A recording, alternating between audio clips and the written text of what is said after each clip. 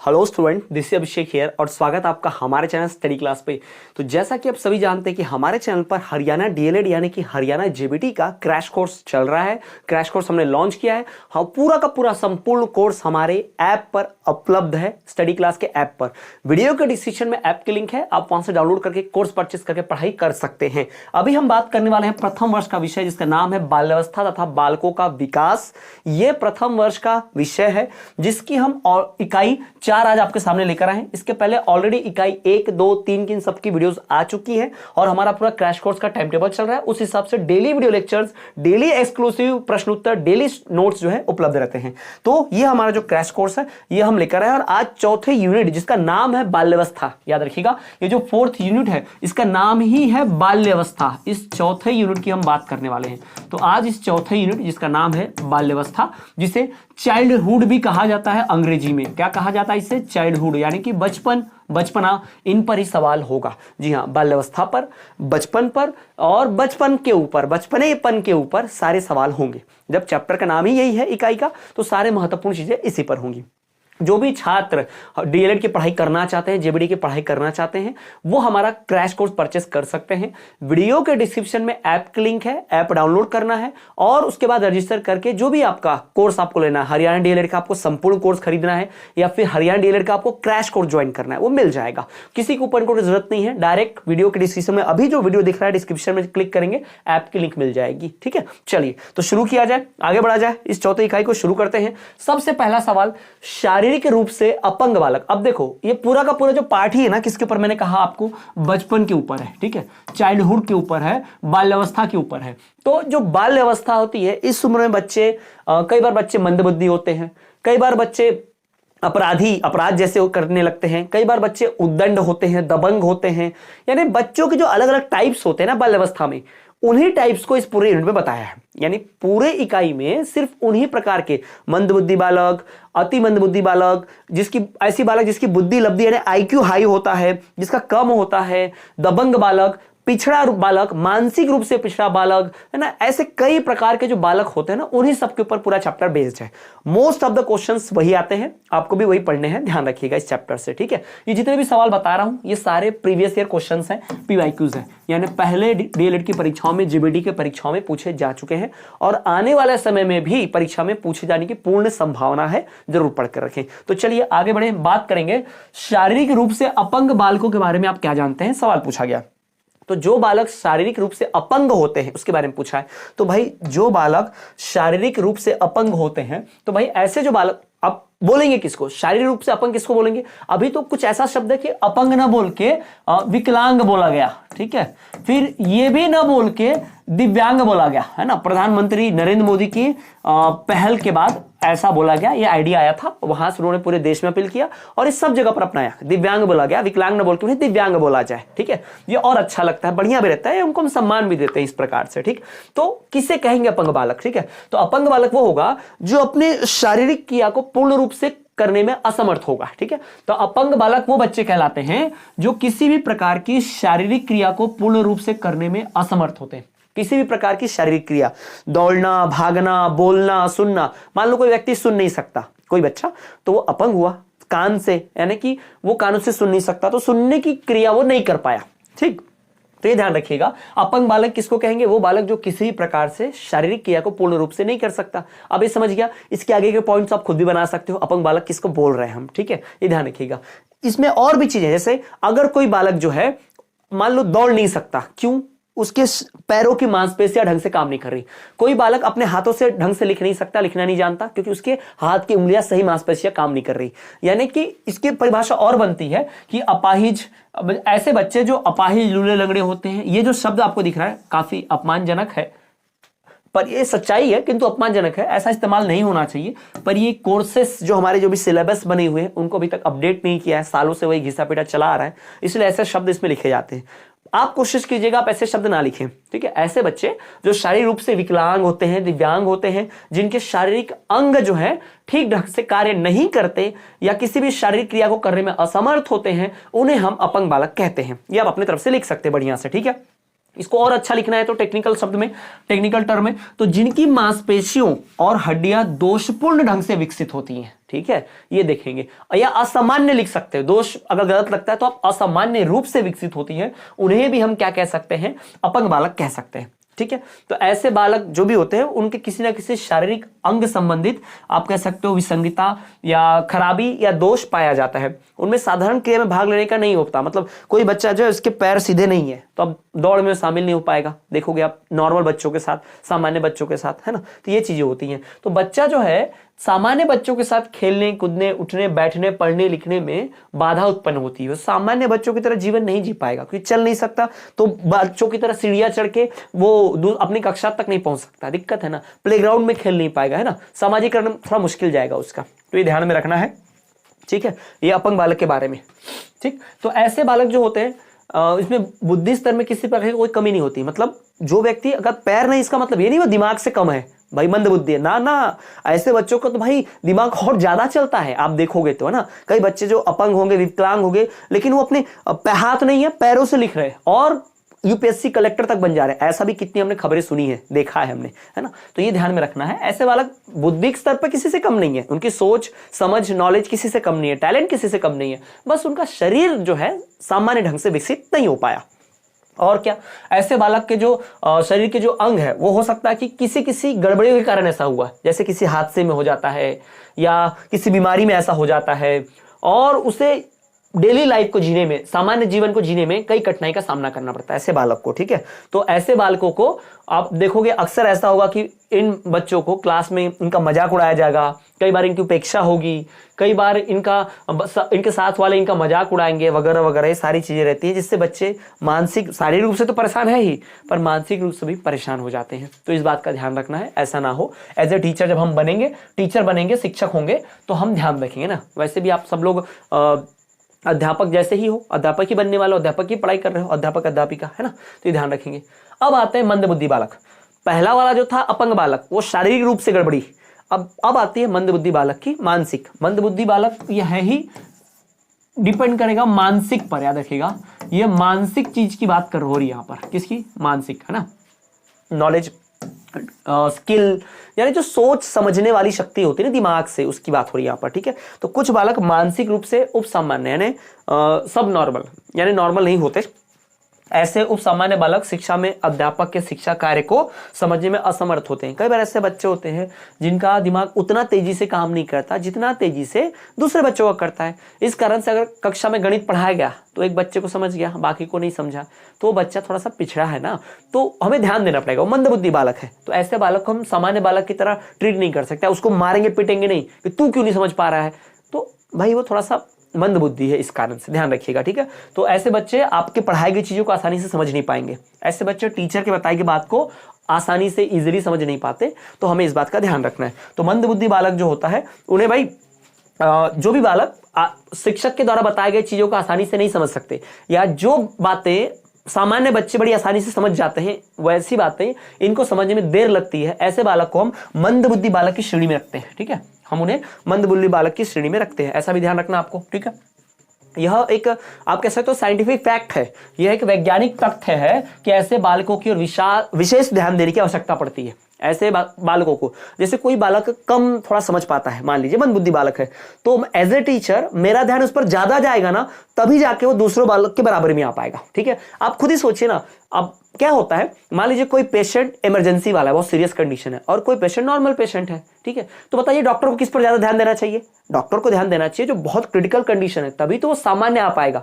वरना आप सामान्य को देखने जाएंगे और जो थोड़ा सा क्रिटिकल पेशेंट है उसको भी नॉर्मली देखेंगे तो उसकी तो डेथ हो सकती है, क्लियर। तो बिल्कुल टीचर भी एकदम डॉक्टर की तरह होता है, जो बच्चा थोड़ा सामान्य नहीं है उसके ऊपर विशेष ध्यान के उसको सामान्य बनाओ, यही तो खासियत है ना शिक्षक की, यही काम करना है, ठीक। ऐसे बालकों की अगर आप आईक्यू देखोगे, आईक्यू मतलब बुद्धि लब्धि यानी इंटेलिजेंस, है ना, उनका इंटेलिजेंस क्वेश्चन जिसे आईक्यू भी कहा जाता है, जिसे हिंदी में बुद्धि लब्धि कहते हैं। आप ऐसा समझ लो कि उनका मतलब होशियारी समझ लो, आप कितने होशियार है ना, होशियारी। ये टर्मन जी ने उन्होंने वर्गीकृत किया, यानी टर्मन जी ने आईक्यू के हिसाब से बच्चों को बांट दिया कि बच्चा मंदबुद्धि है कि सामान्य है, ऐसा, ठीक है। तो जो भी बच्चे का आईक्यू यानी कि बुद्धि लब्धि यानी कि इंटेलिजेंट क्वेश्चन 70 से कम होता है, जिनकी भी आईक्यू बुद्धि लब्धि 70 से कम है, 70 से कम है, यानी कि लेस देन 70, जिसकी भी बुद्धि लब्धि 70 से कम है, भाई वो बालक को मंदबुद्धि बालक कहा है। ये परिभाषा किसकी है? टर्मन जी की। याद रखिएगा, टर्मन जी ने बच्चे को बुद्धि लब्धि यानी कि आईक्यू के बेसिस पे बांटा है कि वो सामान्य है कि मंदबुद्धि बालक है। ये ध्यान रखिएगा, ठीक है। अब ये कैसे नापा जाता है कि 12 साल के बच्चों के बीच आईक्यू टेस्ट करवाया जाए, यानी उनसे 10-10 सवाल पूछे जाए आईक्यू वाले, जनरल नॉलेज के। जो बच्चा जो सवाल को पूरी तरह से हल कर पाएगा, सभी बच्चे 10 में से 8, 10 में से 7, 10 में से 10 ऐसे सवाल हल कर लेंगे, पर कुछ 10 में से एक भी हल नहीं कर पाए या 1-2 ही हल कर पाए, ऐसे बच्चों को फिर हम जान लेंगे कि इनका आईक्यू कम है, 70 से कम है, तो उसको हम किस में रखेंगे? मंदबुद्धि बालक में रखेंगे। ये किसने बोला था? टर्मन ने बोला था, उन्होंने परिभाषा दी थी, ठीक है। ये बच्चे जो है ना, मंदबुद्धि बालक जो है ना, हर ओर से उपेक्षित निग्लेक्टेड रहता है ना, हर कोई, माँ बाप भी इसको बोलते रहते हैं मंदबुद्धि बालक है, बेकार रह गया, पढ़ता नहीं है, टीचर्स भी यही बोलते हैं, दोस्त भी उसके साथ घुलते मिलते नहीं है। तो ये गड़बड़ी है, ये नहीं होना चाहिए समाज में भाई, ये गड़बड़ी है। ऐसे बच्चों को तो और ध्यान देना चाहिए ताकि वो सामान्य बन पाए, उसको सामान्य बनने का अवसर मिल सके, ध्यान रखिएगा, ठीक है।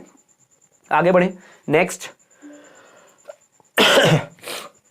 मानसिक रूप से जो बालक पिछड़े होते हैं ना, उनका आप देखोगे तो उनकी भावनाएं, उनकी इमोशंस भी अलग काम करते हैं। उनका जो संवेगात्मक स्थिरता, यानी आप कह सकते हो इमोशनल जो बैलेंस होता है ना उनका, वो उतना ज्यादा दूसरों की तरह एडवांस नहीं होता, उतना दूसरों की तरह नहीं। जैसे मुझे कब डरना है कब नहीं डरना है मुझे पता है, पर जो मंदबुद्धि बालक है उसको ये नहीं समझता, कब डरना है, कब चुप रहना है, कब क्या करना है, नहीं समझता, उनको थोड़ा दिक्कत रहती है, ठीक है। कई बार तो ऐसे बच्चे शारीरिक रूप से तो परिपक्व हो जाते हैं, यानी दिखेगा कि उसकी हाइट बढ़ रही है, पूरा 6 फीट का हो गया है, लेकिन उसके अंदर गुण अभी भी ना छोटे बच्चे जैसे होंगे। आप याद करो, देखना आपने कोई मिल गया पिक्चर देखोगे ऋतिक रोशन की, है ना, तो उसको शक्तियां मिलने से पहले जब उसमें वो एलियन जादू आता है तो उसके पहले ही उसकी बुद्धि किस तरह से छोटे बच्चों की तरह, है ना, उसकी हाइट बड़ी होती है लेकिन छोटे बच्चों के साथ रहता है, ठीक, बिल्कुल वैसे ही, ठीक है।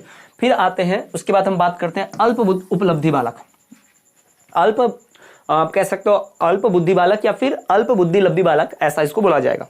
अल्प उपलब्धि बच्चों में ऐसे अभिप्राय है कि ये कौन बच्चे हैं जो अपनी योग्यता, क्षमता तथा कार्य करने की शक्ति से या तो कम कार्य करते हैं या फिर कर ही नहीं पाते उतना, ठीक है। तो अल्प बुद्धि बालक उसको बोलेंगे, अल्प उपलब्धि बालक उसको बोलेंगे जो होशियार तो है, टैलेंट बहुत है, कैपेसिटी बहुत है ना, बच्चा हमारा बड़ा होशियार है, लेकिन क्या हो गया कि पढ़ता नहीं है।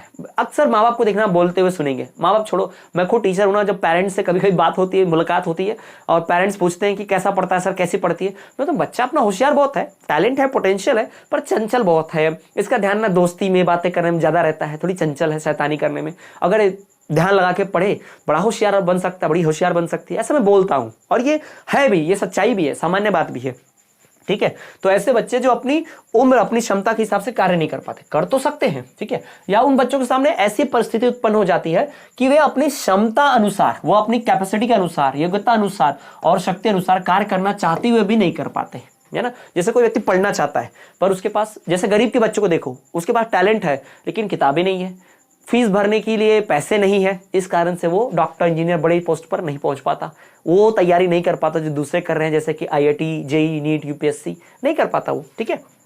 इसका अर्थ ये हुआ कि वास्तविक उपलब्धि उनकी वांछित उपलब्धि से कम होती है, यानी उनकी एक्चुअल जो अचीवमेंट है वो अभी के अचीवमेंट से कम है। मतलब वो कलेक्टर ही बन सकते थे पर बन के रह गए चपरासी, क्यों? क्योंकि काम करने की क्षमता बहुत थी लेकिन वो कर नहीं पा रहे, क्योंकि परिस्थितियां ऐसी होगी, वो भटक गए, डिस्ट्रैक्ट हो गए या मेहनत नहीं की, जो भी ऐसा हो तो हम उनको बोलते हैं ऐसा, ठीक है, इस प्रकार से बोला जाता है। कभी कभी तो जो अध्यापक होते हैं ऐसे बच्चों को मलाचुक कहते हैं। क्या बोलते हैं? मलाचुक कहते हैं। जो, और मलाचुक का मतलब है पढ़ता नहीं है ना, देख अब तुझे उठक बैठक करवाता हूं, तेरी इंसल्ट करता हूं, तुझे क्लास से बाहर निकाल देता हूं, मुर्गा बना देते हैं इनको, है ना, ऐसा कुछ करते हैं ताकि बच्चे को एहसास हो कि नहीं यार मुझे सजा मिली है, अगली बार पढ़कर आऊंगा, अगली बार मेहनत करूंगा। तो इससे बच्चा ना अपनी क्षमता के अनुसार कार्य कर पाए। मैं जानता हूं कि बच्चा पढ़ सकता है, देखो मुझे भी पता है और आपको भी पता है कि हम जानते हैं कि हम लोग में से बहुत से बच्चे ऐसे थे हमारे साथ पढ़ते वक्त जिनके पास कैपेसिटी थी पूरी पढ़ने की, फिर भी नालायक पढ़ते नहीं थे, है ना। तो टीचर उनको सजा देके पढ़ाने की कोशिश करता था। ऐसा नहीं कि टीचर की दुश्मनी है, बस उनकी क्षमता का इस्तेमाल करने चाहता था टीचर की करे वो लोग, पर नहीं कर पाते थे, ठीक है।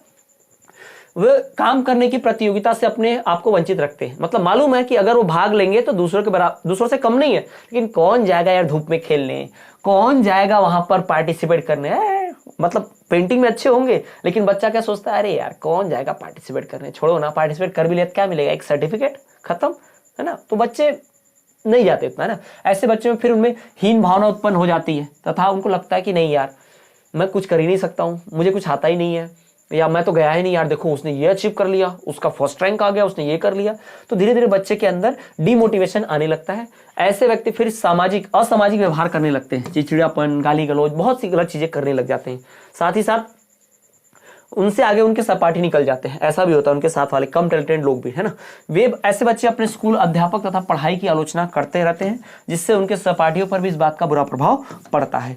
यानी अरे कोचिंग में पढ़ाते नहीं थे, रिजल्ट नहीं आया था, अरे यार खुद के मार्क्स नहीं आया, रिजल्ट नहीं आया ना, क्या बोलेंगे अपने माँ बाप को, टीचर पढ़ाता नहीं, हमको समझ में नहीं आता है। वाह, टीचर पढ़ा रहा है तो क्लास में बात कर रहा है बैठ के पीछे, और फिर जब परीक्षा में नंबर नहीं आ रहे तो गलती टीचर की है, फिर गलती कोचिंग की है, गलती स्कूल की है। भाई थोड़ा अपनी हरकतों पर भी देखना चाहिए। पर बच्चे के लिए सबसे आसान क्या लगता है, यही लगता है कि दोस्त दूसरे पर डाल दो, अध्यापक पे, स्कूल पे, टीचर पे, या सब्जेक्ट पे, या फिर तबीयत खराब थी मेरी, ऐसा बोल दो, है ना।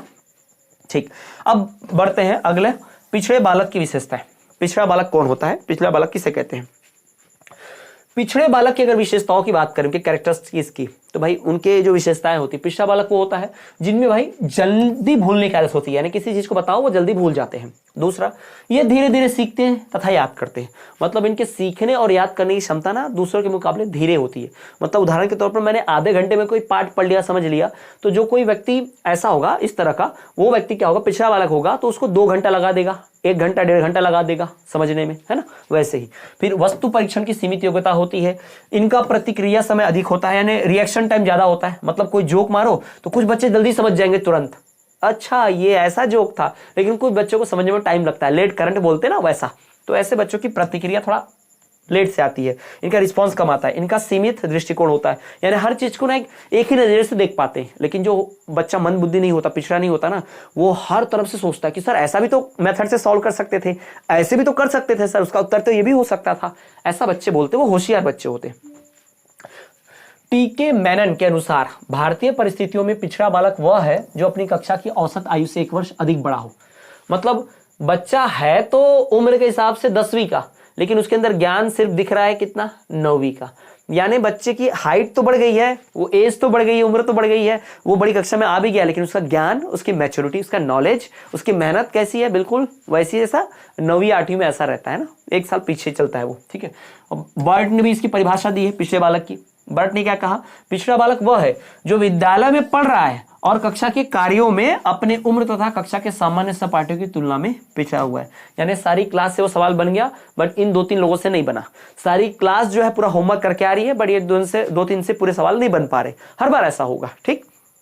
चलिए अब बढ़ते हैं अगला, अपराधी बच्चों की पहचान। अपराधी बच्चे यानी जो क्रिमिनल माइंडेड होते हैं ना भाई, identification of delinquent children. Delinquent का मतलब अपराधी बालक। अब क्रिमिनल सीधा बोल दो भाई, ज्यादा ये लगता है बुरा लगता है तो मत बोलो क्रिमिनल, डेलिकेंट बोल दो। पर जो बच्चे जिनमें बचपन में ही अपराध करने की प्रवृत्ति होती है, जैसे कि गैर कानूनी काम करना, जैसे कि सिगरेट पीना, दारू पीना, क्लासेस बंक करना, और क्या इनके अंदर और कैसी जैसे कि झूठ बोलना, चोरी करना, झगड़े करना, मारपीट करना, ये सब चीजें है ना, इनमें से प्रवृत्ति पाई जाएगी। जैसे चोरी करना, घर से भाग जाना, नशा करना, जुआ खेलना आदि, ये सब उनके अंदर जो है चीजें रहती हैं, ठीक है। ऐसे बच्चे समाज के नियमों तथा आदर्शों को नहीं मानते, ठीक है। ऐसे बच्चों के व्यवहार पर अधिकतर वातावरण का प्रभाव पड़ता है, यानी ऐसे बच्चे का जैसा माहौल होगा वैसा बच्चा सीखेगा। ऐसे बच्चों की भाई अहम भावना यानी ईगो जो है ना कम होती है, उनको फर्क नहीं पड़ता। मतलब चोरी करेंगे, बेइज्जती होगी, लेकिन फर्क नहीं पड़ता, फिर करेंगे, मार पड़ेगी फिर करेंगे। तो ऐसे बच्चों की कोई सेल्फ रिस्पेक्ट, ईगो नहीं होती। सेल्फ रिस्पेक्ट होती, ईगो नहीं होता इसमें ज्यादा, ठीक है। ऐसे बच्चे तो सामान्य होते हैं, है तो नॉर्मल, लेकिन ये अपने आप को कई बार वातावरण में समायोजित नहीं कर पाते, यानी दूसरों के साथ घुल मिल नहीं पाते, ठीक है।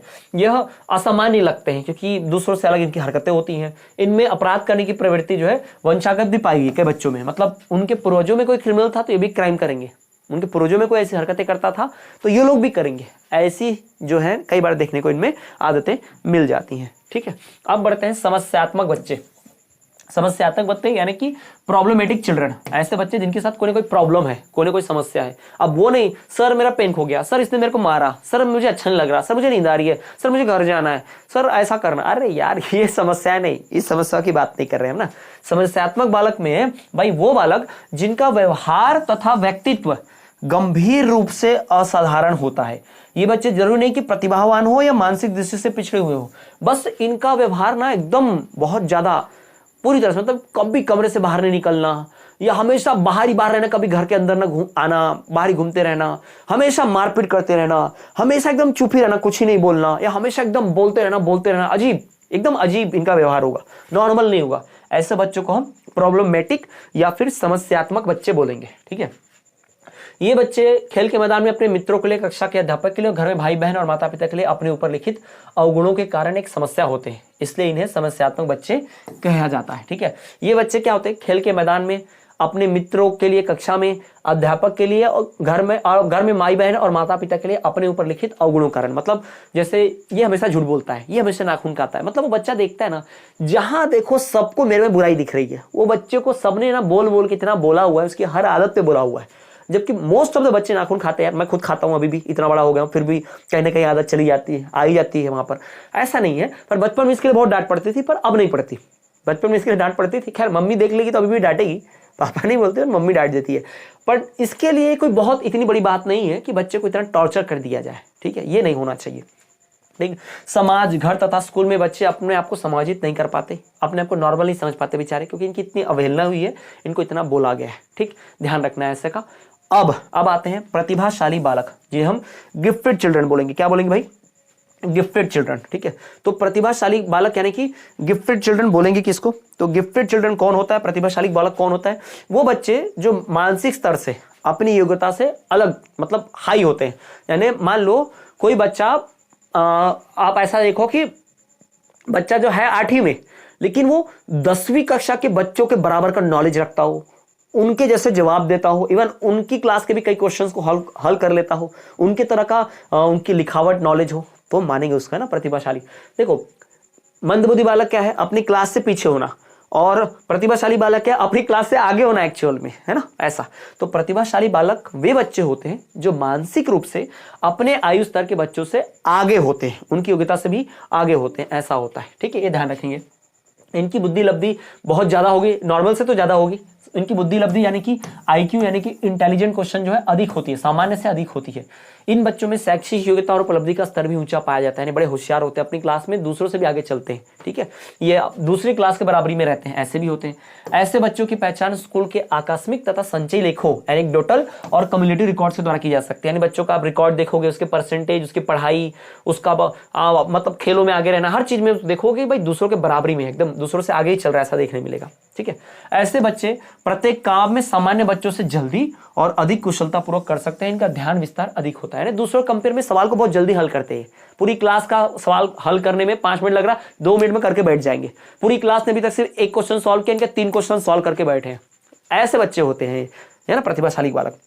अब इनकी विशेषताएं क्या होती हैं, इनकी विशेषताओं की पहचान भी की जा सकती है अच्छे से। ठीक है, उनकी विशेषता होगी अपनी क्लास से आगे होंगे, जल्दी सवाल हल करेंगे, बहुत आगे होंगे, ऐसी चीजें आप लिख सकते हैं। ठीक है, अब आते हैं अगला, सामान्य रूप से पिछड़े बालक के ऊपर। सामान्य रूप से पिछड़ा बालक क्या होता है, बैकवर्ड चिल्ड्रन जिसे हम कहेंगे, सामान्य रूप से पिछड़े हुए बालक जिसे हम बैकवर्ड चिल्ड्रन करेंगे। अब पिछड़े हुए बालक, बैकवर्ड चिल्ड्रन यानी सामान्य रूप से पिछड़े बालक से अभिप्राय ऐसा, इसका मतलब ऐसा बालक है जो मानसिक रूप से पिछड़े होते हैं, यानी जो मेंटली दूसरों से पीछे होंगे, शारीरिक नहीं, मेंटली सिर्फ। इनकी बुद्धि लब्धि सामान्य से कम होती है, सामान्य से ज्यादा है तो क्या होगा भाई, प्रतिभाशाली बालक, सामान्य से कम है तो पिछड़ा हुआ बालक, है ना। इसके पहले भी हमने इसको पढ़ा। इनका आईक्यू क्या होता है, कम। इनका आईक्यू जो होता है 70 से कम, ये भी तो हम जानते हैं ना, टर्मन ने बोला भी था इसके बारे में, है ना, ये ध्यान रखिएगा। ठीक है, ये ध्यान रखिएगा। ठीक, ये सामान्य रूप से पिछड़े बालक के बारे में है। ठीक है, इनके माता पिता जो है इनके बारे में जानकारी प्राप्त करते रहते हैं, इनका रिपोर्ट कार्ड देखते हैं, बार बार बच्चा फेल हो रहा है, हमेशा गणित में 0 1 2 3 ऐसे ही नंबर आ रहे हैं पूरे, मतलब दूसरे कंपेयर में, दूसरों के बच्चों में भले थोड़ा सा प्रोग्रेस दिख रहा है, लेकिन ऐसे बच्चों में कोई प्रोग्रेस नहीं दिख रहा। कोई ऐसे बच्चों में किसी प्रकार की कोई ज्यादा आपको मतलब ये नजर आएगा कि इनमें ज्यादा इंप्रूवमेंट नहीं होता, कभी हमेशा वैसा ही रह रहा है, डांट लो, मार लो, पीट लो, कुछ भी कर लो, ऐसा ही रहता है इनका, ऐसी चीजें। ठीक है, जरूरी नहीं है कि पिछड़ा हुआ बालक मंदबुद्धि हो सकता है कि ये होशियार हो लेकिन फिर भी मन नहीं लग रहा पढ़ाई में, पढ़ नहीं पा रहे, मेहनत नहीं कर रहे हैं, ठीक है, ऐसी चीजें। अब आते हैं वैश्वीकरण के ऊपर। वैश्वीकरण को अंग्रेजी में कहते हैं ग्लोबलाइजेशन। क्या कहते हैं इसे भाई? ग्लोबलाइजेशन कहते हैं। अंग्रेजी में इसे कहा जाता है ग्लोबलाइजेशन, यानी कि वैश्वीकरण।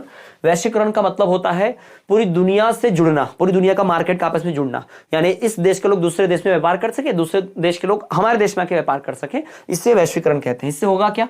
प्रतिभा पलायन। अब देखो, नासा में जो साइंटिस्ट हैं 37% इंडियन है। अमेरिका में पूरे जितने भी डॉक्टर्स हैं और इंजीनियर्स हैं और साइंटिस्ट हैं उसमें से 40% तो इंडियन ही है सिर्फ। तो आप समझ जाइए भाई कि हमारे देश का कितना सारा टैलेंट, हमारे देश के कितने होशियार लोग, अच्छे लोग जो हैं देश छोड़कर कहां जा रहे हैं? पलायन कर जा रहे हैं, ठीक है। प्रतिभा टैलेंट देश से बाहर जा रहा है, आईआईटी करने के बाद बाहर जा रहे हैं। मतलब मान लो एज अ टीचर मैंने मेहनत किया किसी बच्चे पर, उसको आईआईटी पास करवा दी, उसको गवर्नमेंट टीचर बनवा दिया, और वो व्यक्ति देश छोड़कर चला जाए दूसरे जगह पर, वहां पर काम करने भाई, और उस देश का भला कर रहा है बैठ के, है ना। तो ये गलत है यार। महंगी शिक्षा हमारे देश में भाई, एजुकेशन भी तो कितना महंगा है, क्या करे बच्चे। मूल्यों में गिरावट, यानी कि संस्कार कम हो गए हैं, बस पैसे की बात सोचते हैं। एपीजे अब्दुल कलाम को करोड़ों का ऑफर आया था नासा से, पर उन्होंने नासा नहीं गए, सिर्फ मतलब वहां से करोड़ों की सैलरी ऑफर थी, और इसरो में बस हजार और लाख लेकर ही रह गए, वो नहीं गए वहां पर, ठीक है ना। तो ये देशभक्ति होती है, उनके संस्कार थे ऐसे एपीजे अब्दुल कलाम के। पर आजकल के लोगों में ऐसा है? बिल्कुल नहीं है, बिल्कुल भी नहीं है। और क्यों ना हो, बताओ मुझे। आजकल का बच्चा अब पूरा लाखों खर्च कर रहा है, दिन रात मेहनत कर रहा है, कुछ हजार कमाने के लिए नहीं ना। इतनी मेहनत से पढ़ा है, फिर उसको जहां ज्यादा पैसा मिलेगा, जहां उसके टैलेंट की कदर होगी, वही ना जाएगा बच्चा, है ना। सरकार की गलती है भाई। नेताओं की इतनी सैलरी होती है जितनी साइंटिस्ट की भी नहीं होती। अब व्यक्ति नेता बने कि साइंटिस्ट, खुद ही सोच लीजिए। संस्कृति पर प्रहार, यानी देश का कल्चर भी खराब होता है। अध्यापक तथा विद्यार्थियों में दूरी हो जाती है, अभी है भी दूरियां। अभी देखोगे टीचर बस पढ़ाने नाम मात्र के रह गए हैं, वो आएंगे सिलेबस पढ़ाएंगे निकल जाएंगे। जीवन का ज्ञान, संस्कार, ये सब कोई नहीं देता, कोई नहीं सिखा रहा, सब कुछ सिलेबस खत्म करने से मतलब है। और बच्चों की बस वही है, जो टीचर थोड़ा ज्ञान की बात बताएगा ना, अरे मास्टर पकाने लग गया, अरे क्या बकवासी करते रहता, पढ़ाता रहता कुछ नहीं है। बच्चे भी ऐसा बोलते हैं, तो टीचर भी बेचारे जिनकी इच्छा भी होती है बच्चों को संस्कार वाली बातें सिखाने की, नहीं सिखाते, उनको ये सब सुनना पड़ता है, तो भी दूर हो जाते हैं। सिंपल। विकसित एवं विकासशील देशों की आय में अंतर, डेवलप्ड और जो लोअर डेवलप्ड कंट्रीज होती है उसमें बहुत अंतर दिखाई देगा।